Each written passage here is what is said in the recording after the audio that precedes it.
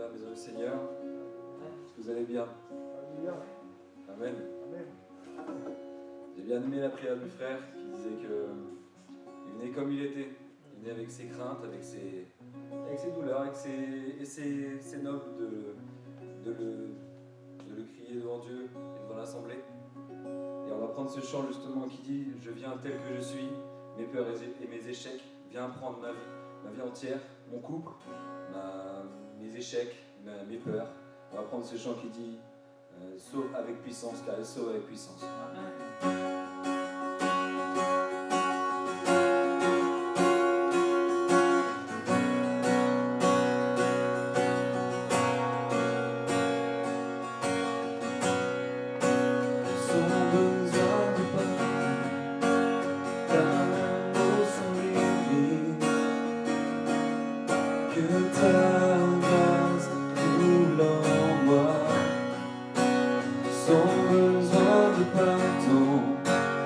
La bonté d'un sauveur,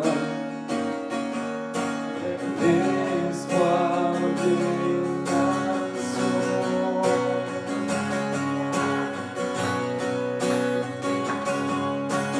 Sauveur, il déplace les montagnes. Mon Dieu sauve avec puissance, il sauve avec puissance. Pour toujours, créateur du salut, Jésus a vaincu la mort, il a vaincu la mort.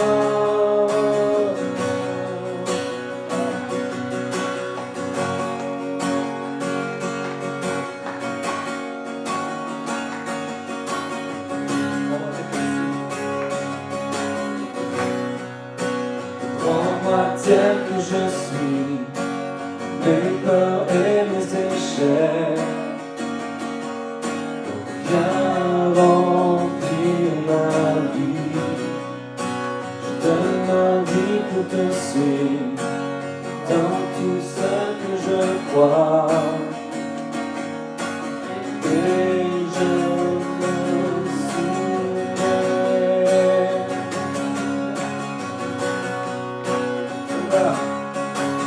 Sauveur, il déplace les montagnes. Mon Dieu sauve avec puissance, il sauve avec puissance.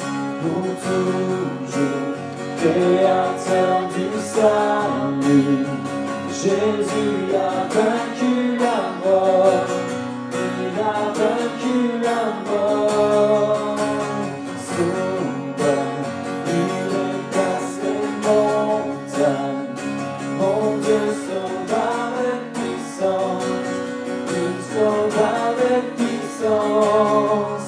Pour toujours, créateur du salut, Jésus a vaincu la mort, il a vaincu la mort. Est-ce qu'on peut chanter ce refrain en proclamant en fermant nos yeux? Sauveur, il déplace les montagnes. Mon Dieu sauve avec puissance, il sauve avec puissance.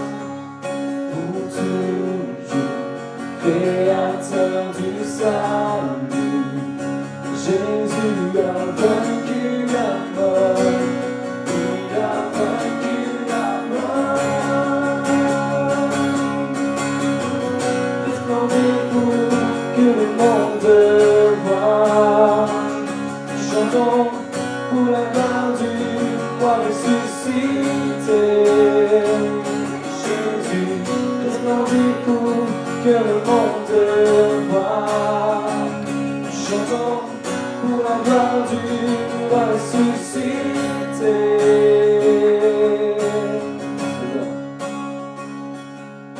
Sauveur, il déplace les montagnes. Mon Dieu sauve avec puissance, il sauve avec puissance. Pour toujours, créateur du salut, Jésus a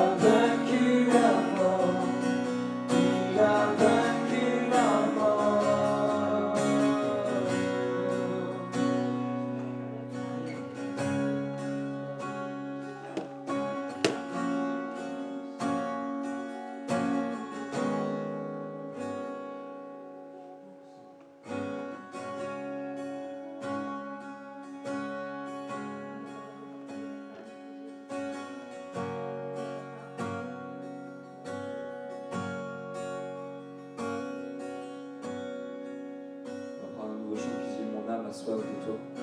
Mon Dieu, mon Père, mon roi, mon être entier soupire après toi. Il dit dans le refrain, viens inonder mon cœur, viens inonder mon âme, viens inonder mon être entier. Alors je ne sais pas si vous avez déjà eu une inondation chez vous, mais ça englobe tout, ça englobe vraiment tout. Et quand l'inondation vient, elle ne fait pas d'écart, et Dieu ne fait pas d'écart dans ta vie. Il va prendre l'entièreté si seulement tu lui demandes de le prendre.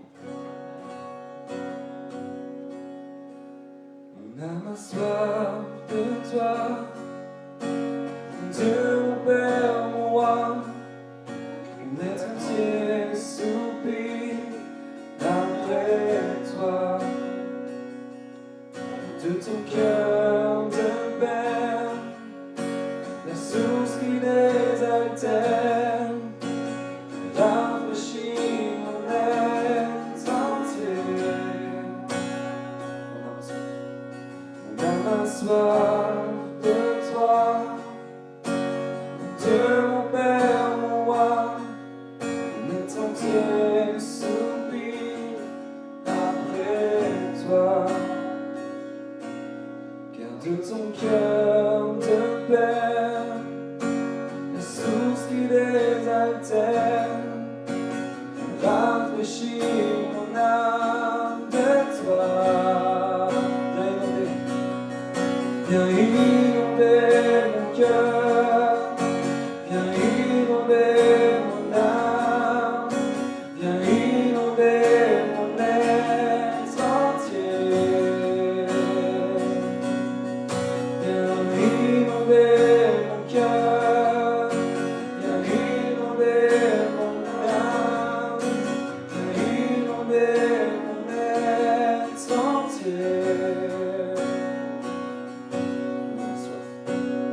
On a ma soif de toi, mon Dieu, mon Père, mon roi, mon être entier soupire après toi. De ton cœur de père, la source qui désaltère, rafraîchit mon âme de toi. Viens inonder mon cœur, viens inonder mon âme, viens inonder mon être entier. Inonder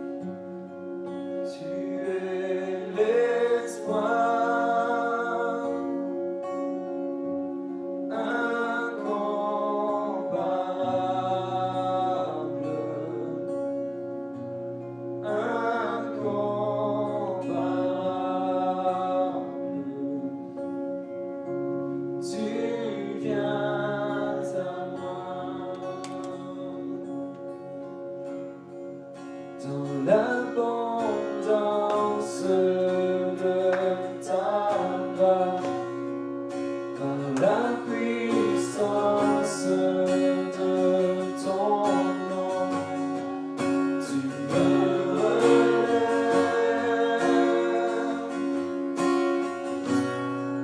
tu me relèves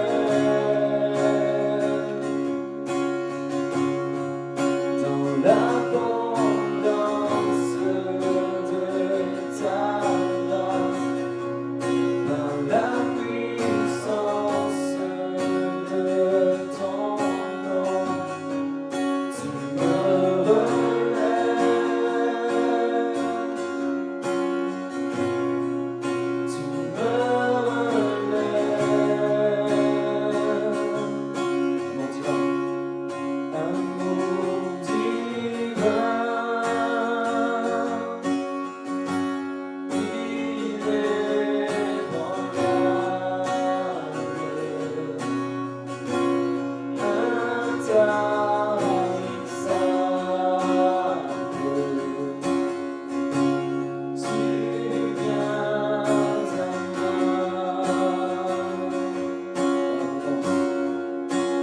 l'abondance de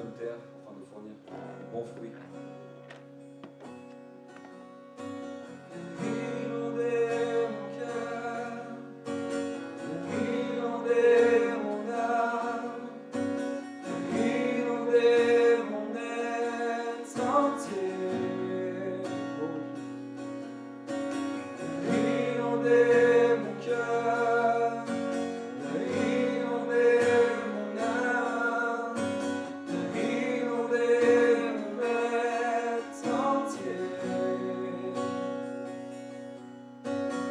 Inonder mon cœur, inonder mon âme, inonder mon être entier.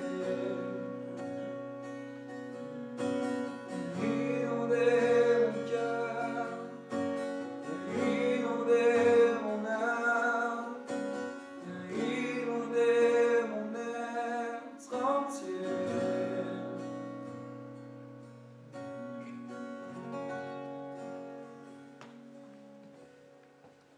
Alléluia. Seigneur, ce soir, nous sommes entre tes mains. Et qui peut nous inonder, ce n'est que ton Saint-Esprit. Et ce soir, nous te demandons vraiment d'agir par ton esprit, Seigneur, dans nos cœurs, dans nos vies. Et que nous puissions vraiment ressortir, Seigneur, de ce lieu, Seigneur, en ayant reçu, Seigneur, quelque chose de la part de ton Saint-Esprit.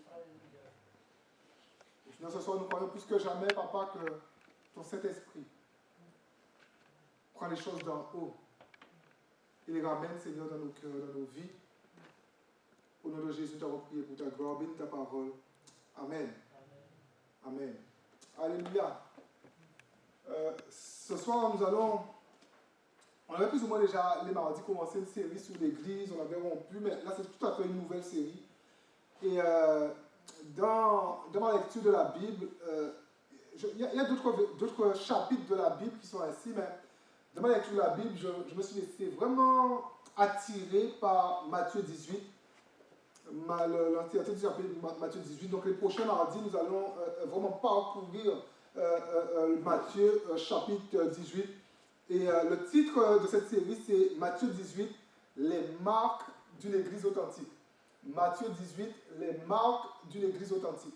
Et quelque part, je disais, depuis quelques semaines, nous sommes en train de bâtir. Et quelque part, je crois vraiment que les fondations sont là. Et maintenant, par la grâce de Dieu, nous bâtissons sur les fondations. Mais non seulement nous bâtissons, mais c'est l'Éternel que nous laissons agir dans nos vies, c'est l'Éternel que nous laissons prendre le contrôle. Et le titre de la série, Matthieu 18, les marques d'une église authentique.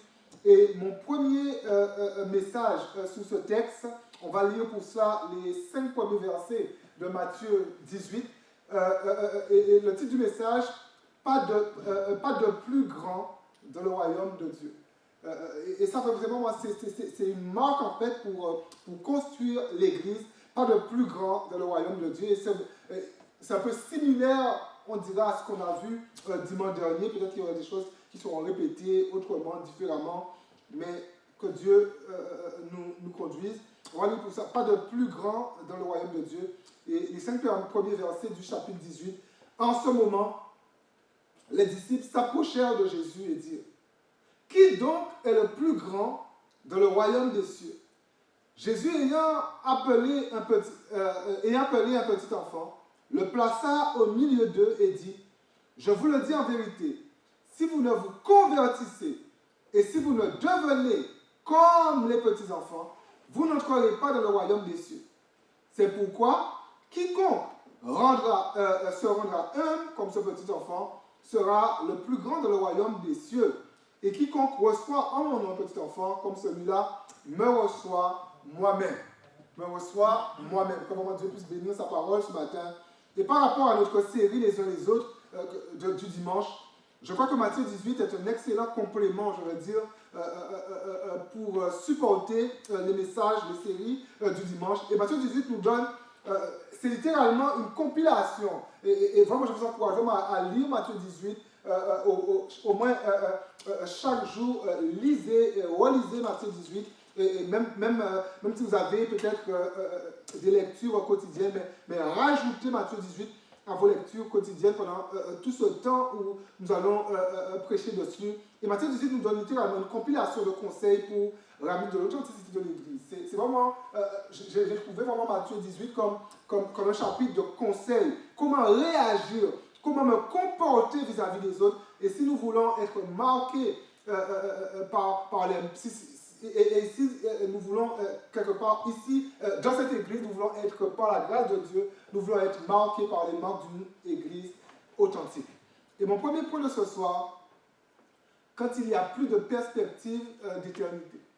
Et quelque part, quand la question des disciples, ce sont juste des disciples, en fait, qui n'ont plus, ils ont perdu vraiment toute perspective d'éternité. Et quand nous perdons la perspective d'éternité, nous ne pouvons plus saisir la vision de Dieu pour nous aujourd'hui.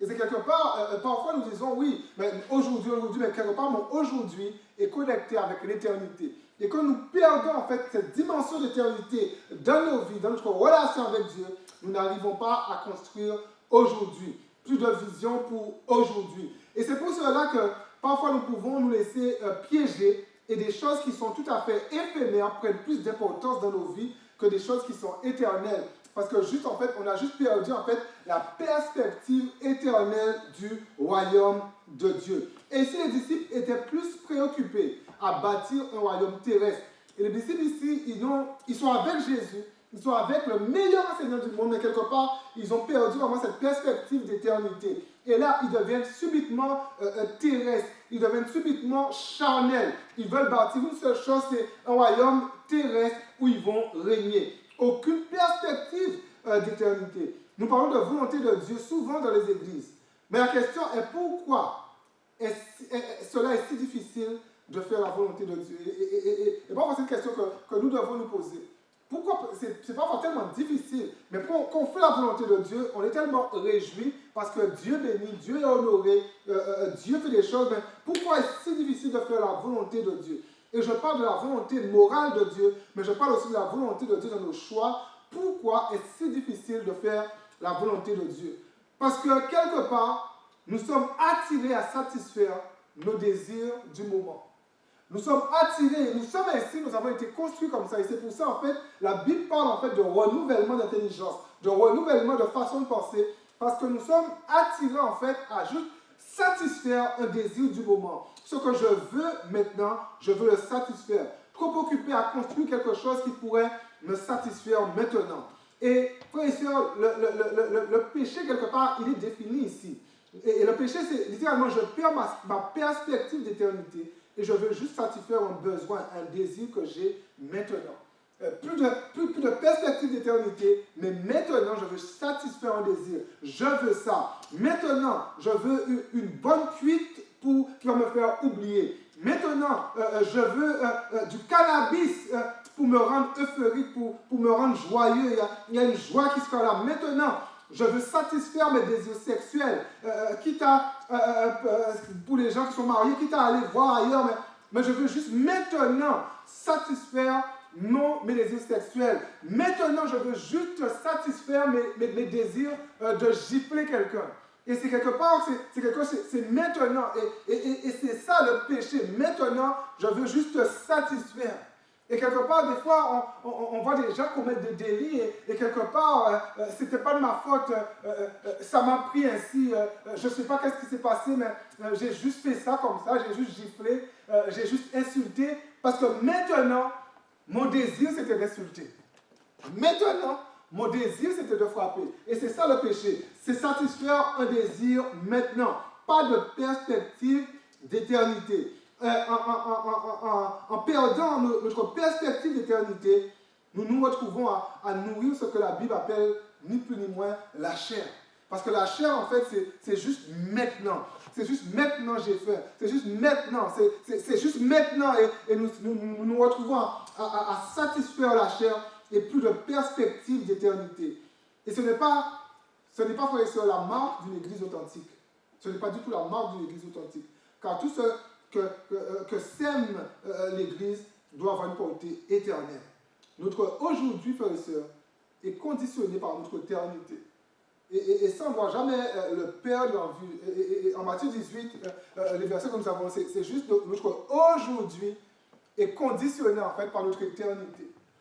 il y a une portée éternelle. Paul dira aux Galates, en Galates 6, 8, celui qui sème pour sa chair moissonnera de la chair la corruption. Mais celui qui sème pour l'esprit, c'est-à-dire qui sème pour la vie, moissonnera de l'esprit la vie éternelle. Frères et sœurs, nous voulons semer la vie. Nous voulons semer l'éternité. Nous voulons courir après l'éternité. Et quelque part, les disciples vont subitement vouloir semer pour aujourd'hui. Non pas pour la vie, non pas pour l'éternité, non pas pour l'esprit, mais les disciples vont vouloir semer aujourd'hui en perdant les intérêts éternels du royaume de Dieu. Et la question qu'il pose à Jésus peut paraître légitime, mais ne correspond pas à une perspective éternelle. La question qui est, qui donc est le plus grand dans le royaume de Dieu? Ça peut paraître légitime, qui donc est le plus grand? Nous sommes plusieurs, nous sommes 12, mais qui donc parmi nous sera le plus grand dans le royaume de Dieu? Et en perdant leur perspective d'éternité, sans se rendre compte, sans doute, sans se rendre compte, ils sont en train de convoiter des places qui seraient de choix dans le royaume de Dieu. Et quelque part, en fait, ils sont à contre-courant, en fait. C'est juste quelque chose de charnel. Et cette question des disciples véhicule quelque part beaucoup d'égoïsme. Tout est centré sur moi. On a vu ça les quelques dimanches qui sont passés. En perdant la perspective d'éternité, je recentre tout sur mes propres intérêts. Et quelque part, si Jésus me répond qui sera le plus grand, quelque part, je ferai tout pour être le plus grand. Et c'est ça, une telle question, c'est ça. Si Jésus me dit qui sera le plus grand, je ferai tout pour être le plus grand.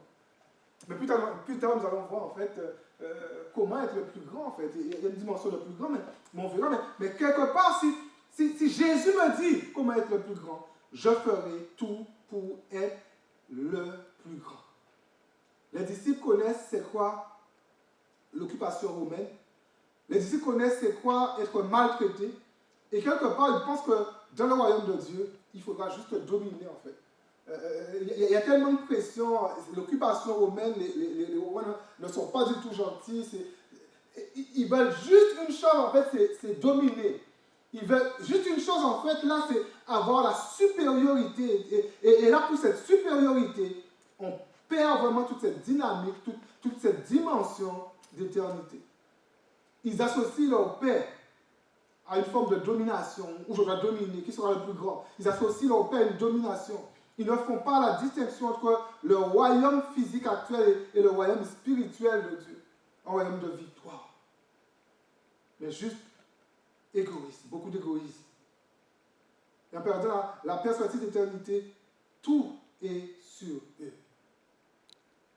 Vous savez, quelque part, la question des disciples diminue Jésus.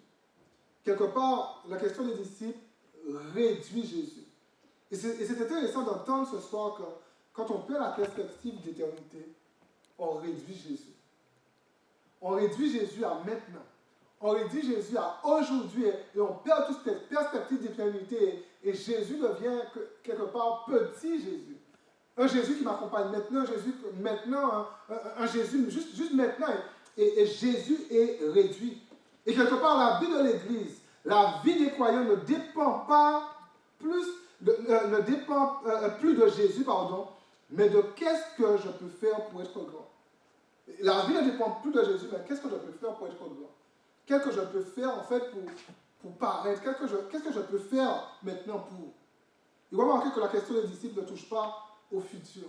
Et si vous regardez votre Bible, la question ne touche pas au futur. Mais la question cherche une réponse pour maintenant. Qui donc est le plus grand dans le royaume des cieux? Qui donc, maintenant, alors que nous sommes avec toi, mais qui est le plus grand dans le royaume des cieux? Plus de perspective d'éternité, mais moi je veux dominer maintenant. Frères et sœurs, gardons toujours au milieu de nous une vision pour l'éternité. Nous voulons que tout ce qui sera fait ici est un écho dans l'éternité. Tout ce que nous faisons ici doit avoir un écho pour l'éternité. Nous semons pour l'éternité. Nous semons de la vie des autres pour l'éternité. Nous lisons la Bible pour que l'éternité ait un écho dans nos vies. Nous témoignons aux autres pour que l'éternité, nous semons de l'amour autour de nous, parce que ça a un écho de l'éternité. Nous nous aimons les uns les autres parce que ça a un écho dans l'éternité. Frères et sœurs, nous semons pour l'éternité. Nous ne voulons pas être des chrétiens seulement de maintenant. Maintenant, c'est important, mais nous devons maintenant être connectés à l'éternité. Nous voulons que tout ce qui sera fait ici ait un écho dans l'éternité. Ne cherchons pas qui est le plus grand dans le royaume des cieux. Ne cherchons pas qui est le plus grand dans l'église, viens et vois maintenant. Maintenant, je veux être le plus grand. Maintenant, je veux être le meilleur. Maintenant. Mais travaillons pour l'éternité. Et mon deuxième point, ce soir, j'ai voulu réduire un peu, donc il y aura deux points que je vous ai tenus beaucoup ces derniers temps. Mais mon deuxième point, une dimension aussi d'humilité qu'on trouve dans ce texte. Il y a vraiment une dimension d'humilité. Jésus, ici, il est très pratique. Jésus, en fait, quand on lit le texte, il va appeler un petit enfant. Il va m'installer, il a dit l'enfant, installe-toi, voilà, au milieu des disciples. Et quelque part, Jésus, ici, il va subitement commencer à enseigner les disciples sur l'humilité. L'humilité que nous avons vue ensemble dans la prédication le dimanche dernier, et qui consiste à ne pas voir l'autre comme étant plus petit que nous. Et dit dans l'autre forme, qui consiste à ne pas nous voir plus grand que l'autre. Et rappelez-vous que j'avais dit que peu importe celui qui recherche des positions, qui recherche à être plus grand, à être le plus grand, c'est toujours dans le but d'assujettir les autres. À chaque fois, comme les disciples, je cherche à être le plus grand de façon à assujettir en fait les Romains, l'occupation romaine, de façon en fait à me protéger, à assujettir. À chaque fois qu'on veut être plus grand, c'est pour assujettir les autres. Et là, Jésus va leur dire, là c'est vraiment quelque chose de fort. Il faut vraiment suivre le texte maintenant parce que c'est vraiment quelque chose de fort qui se passe, de terrible qui se passe ici. Et là, Jésus va leur dire, si vous ne vous convertissez et si vous ne devenez comme les petits-enfants, vous n'entrerez pas dans le royaume des cieux. Si vous ne vous convertissez. Et Jésus, quelque part ici, le remet durement. Il y a de la dureté dans ce texte-là. Ici, Jésus le remet durement en question. Il leur fait comprendre que si vous êtes encore à rechercher des positions, alors moi je conclus que vous n'êtes pas convertis. C'est quelque chose de fort. Ce n'est pas qu'il rejette les disciples, mais c'est de les remettre en question. Ça veut dire en fait que si vous êtes là en train de chercher des positions, moi, Jésus, je conclus que vous n'êtes pas convertis. Et peut-être que ça vous étonne, même moi non. Je vous dis, j'ai connu des chrétiens en France ou en Belgique qui ont fait la misère à des pasteurs, à leurs frères et sœurs, simplement parce qu'ils recherchaient à avoir une sorte de place d'honneur, qu'ils recherchaient à être le plus grand, ils recherchaient à dominer. Et on regarde des dégâts dans toutes ces églises, et dans le nord de la France, il y en a, on peut se poser la question, est-ce que le cœur de telle personne a été un jour touché par l'évangile? Et c'est vraiment ça la question que se pose Jésus. Est-ce que ce genre de cœur a réellement été touché par l'évangile? Et là, il dit, mais si vous ne vous convertissez, est-ce que votre cœur a été touché par mon message? Est-ce que vous avez compris les enseignements que j'ai voulu vous faire passer? Quelque part, l'humilité, frères et sœurs, doit faire partie intégrale de notre vie chrétienne. Sans humilité, l'Église, elle perd sa vocation. Et ça, il faut le saisir. Sans humilité, que l'humilité soit notre partage. Sans humilité, l'Église perd sa vocation. L'humilité, frères et sœurs, c'est la nature même de Dieu. Et on doit le saisir. L'humilité, c'est la nature de Dieu. Parce que nous avons vu dimanche dernier que l'humilité, c'est descendre. Et l'humilité, c'est la nature de Dieu. Philippiens 2, verset 5 à 7 nous dit, « Ayez en vous les mêmes sentiments qui étaient en Jésus, lequel, existant en forme de Dieu, n'a point regardé comme une proie à arracher d'être égal avec Dieu, mais s'est dépouillé lui-même, en prenant une forme de serviteur, en devenant semblable aux hommes. » Quelle humilité! J'ai dit, quelle humilité! Là, en fait, c'est Dieu en fait qui descend. Il laisse son trône de gloire et il se met au niveau des hommes. Ici, nous avons toute l'essence de l'humilité. L'humilité, c'est abandonner la gloire et devenir serviteurs de notre nation. Abandonner la gloire et devenir serviteurs de nos frères, de nos sœurs. Et comment est-ce possible? Oui, en venant dans la présence de Dieu comme un enfant. Dans la présence de Dieu comme un enfant, sans intérêt personnel, avec un cœur juste pour servir, sans intérêt personnel, sans égoïsme. Je veux juste servir l'autre. Mais le verset 4, quelque part, semble être en contradiction. J'ai dit qu'on allait venir dessus, mais ça semble être peut-être en contradiction avec tout ce que je viens de dire, le verset 4. Qu'est-ce que le verset 4 nous dit? C'est pourquoi quiconque se rendra humble sera le plus grand dans le royaume de Dieu. C'est tout le contraire de ce que j'ai dit. Jusqu'à maintenant. Wow! Est-ce que la parole de Dieu se contredit? Quiconque sera humble sera le plus grand dans le royaume de Dieu. C'est ça que je me prosterne devant les humbles. Mais l'humilité, ce n'est pas pour être le plus grand. L'humilité, ce n'est pas pour être le plus grand. Et ce verset ne peut pas être compris si nous voulons qu'il nous parle, je dirais de façon littérale. Mais ce verset doit se comprendre avec tout ce qui est articulé autour du texte, autour du sujet. Ici, le plus grand, ce sont tous ceux et toutes celles qui viennent devant Dieu et qui laissent Dieu les qualifier humblement.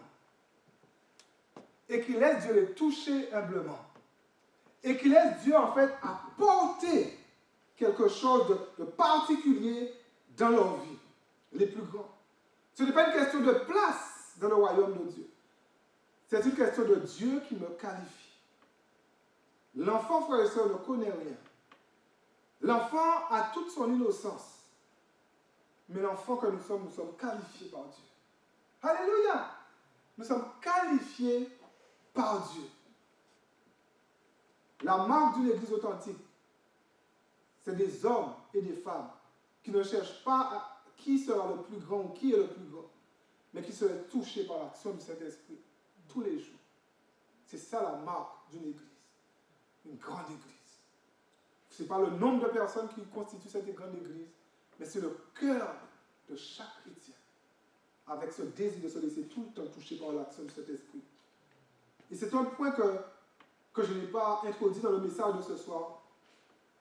Mais alors qu'ils sont touchés par Dieu, ils apprennent à recevoir, frères et sœurs, ce que Dieu envoie vers eux, comme s'ils recevaient Dieu. Et dans le texte, ils apprennent à recevoir celui qui me reçoit. Alors qu'ils ont été touchés, ils apprennent à recevoir comme s'ils recevaient Dieu lui-même. Ça veut dire quoi? Comme s'ils me reçoivent moi-même. Ça veut dire quoi? Ça veut dire que si quelqu'un, frère et sœur, et ça, il faut le saisir. Et c'est pour ça que je dis qu'il faut faire attention. Les uns les autres, c'est ça, je crois que c'est le message le plus important pour le dimanche. Il faut faire attention. Et quelque part, frère et sœur, c'est... Là, en fait, le texte, comme s'ils me reçoivent. Ça veut dire, frère et sœur, alors qu'il y aura des gens qui vont venir ici, faisons attention à ne pas mettre Dieu lui-même dehors. Comme s'ils me reçoivent.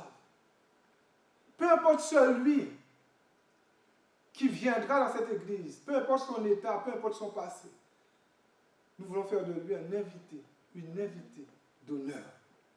Alléluia! Parce que, frères et sœurs, quand nous recevons, Dieu dit ici qu'on le reçoit à lui. Je ne sais pas si vous croyez, voyez ces textes où Dieu envoie des anges et on rejette les anges et quelque part les anges qui représentent quelque part Dieu lui-même et des hommes qui rejettent Dieu. Faisons attention, frères et sœurs. Mais nous voulons chérir ceux qui viennent au milieu de nous.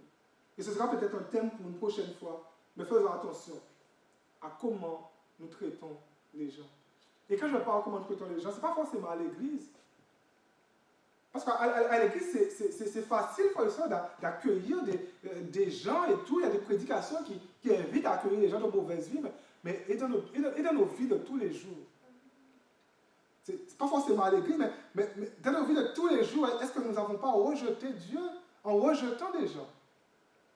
Et je parle à moi ce soir aussi. faisons attention à comment nous traitons les gens. Et je vais conclure. Le texte que nous avons lu, c'est un appel à diminuer pour laisser Dieu croître, pour laisser Dieu être Dieu. Et alors que Dieu est Dieu au milieu de nous, nous nous voyons comme des enfants. Dieu cherche en chacun d'entre nous une innocence d'enfant, frères et sœurs. Une innocence d'enfant. Pas qui sera le plus grand, mais une innocence d'enfant. Nous ne calculons pas, mais nous dépendons de Dieu. Et alors que Dieu est Dieu, l'authenticité de l'Église est manifeste. Je suis encouragé, quand des gens viennent ici pour la première fois et ensuite me disent que j'ai juste ressenti de l'amour. J'ai juste ressenti qu'il y avait quelque chose de spécial. Et Dieu m'entend, des gens ont déjà dit, et il faut que ça continue. Parce que quand les gens viennent, peu importe leur état, ils sont juste des invités d'honneur. Alléluia. Ils sont juste des invités d'honneur. Nous voulons leur préparer la meilleure table. Nous voulons leur préparer, c'est symboliquement que je parle, mais nous voulons juste leur donner les meilleurs couverts. Nous voulons juste leur donner le meilleur steak.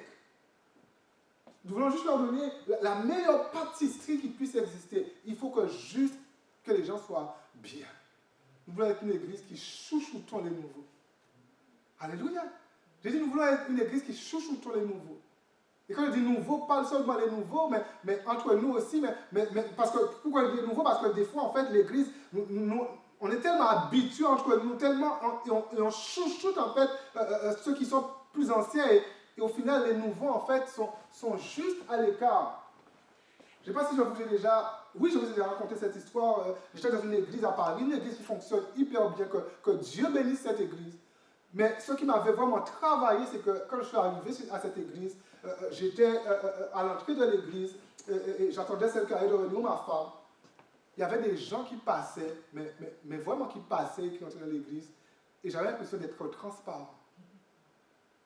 Et frères et sœurs, si je n'étais pas converti, honnêtement, cette église, c'est une grande église qui fonctionne bien, beaucoup de louanges, mais je pense que je n'aurais pas choisi une telle église. Parce que je me suis dit que ces gens ne veulent pas de moi. J'étais juste transparent, en fait. Les gens passaient. J'avais jamais, frères et sœurs, je n'avais jamais, Dieu m'entend, je n'avais jamais vécu ça devant une église. C'était la première fois. Pourtant, une église qui fonctionne, ça brasse du monde. Mais l'accueil n'est pas là. Mais nous voulons être une église accueillante.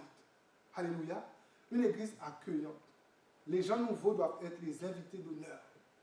Et quand je dis ça, je ne dis pas ça pour qu'on puisse négliger la relation avec ceux qui ont l'habitude de venir, la relation avec nos frères et sœurs de longue date.